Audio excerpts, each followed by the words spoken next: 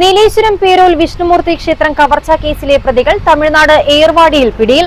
അന്വേഷണം പുരോഗമിക്കുന്നതിനിടെ ജില്ലാ പോലീസ് മേധാവി ബി.വി. വിജയ് ഭാരത് റെഡ്ഡിക്ക് ലഭിച്ച രഹസ്യ വിവരത്തെ തുടർന്ന് നടത്തിയ അന്വേഷണത്തിലാണ് പ്രതികൾ പിടിയിലായത്.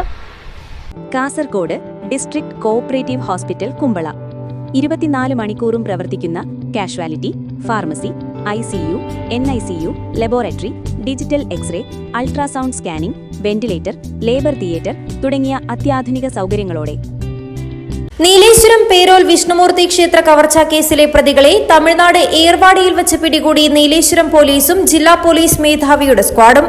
തൃശൂർ ആമ്പല്ലൂർ സ്വദേശി ഷിബു റാഫേൽ, കണ്ണൂർ മട്ടന്നൂരിലെ അബ്ദുൽ ജലീൽ എന്നിവരാണ് പിടിയിലായത്. ഫെബ്രുവരി 21 രാത്രിയിലാണ് ക്ഷേത്രത്തിൽ പ്രതികൾ കവർച്ച നടത്തിയത്. നാലമ്പലത്തിന്റെ പൂട്ട് തകർത്ത് ക്ഷേത്രത്തിനകത്ത് കയറിയ മോഷ്ടാക്കൾ 4 ചെമ്പുകളും സ്റ്റീൽ ഭണ്ഡാരങ്ങളും കവർച്ച ചെയ്തു.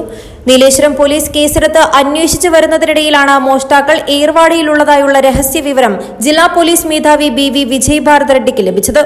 തുടർന്ന് പോലീസ് അവിടെയെത്തി മോഷ്ടാക്കളെ അറസ്റ്റ് ചെയ്യുകയായിരുന്നു.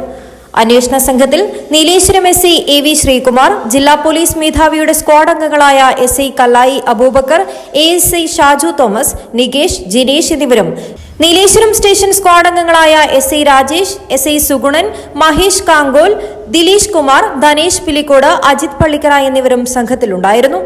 News 14 live Kasaragod.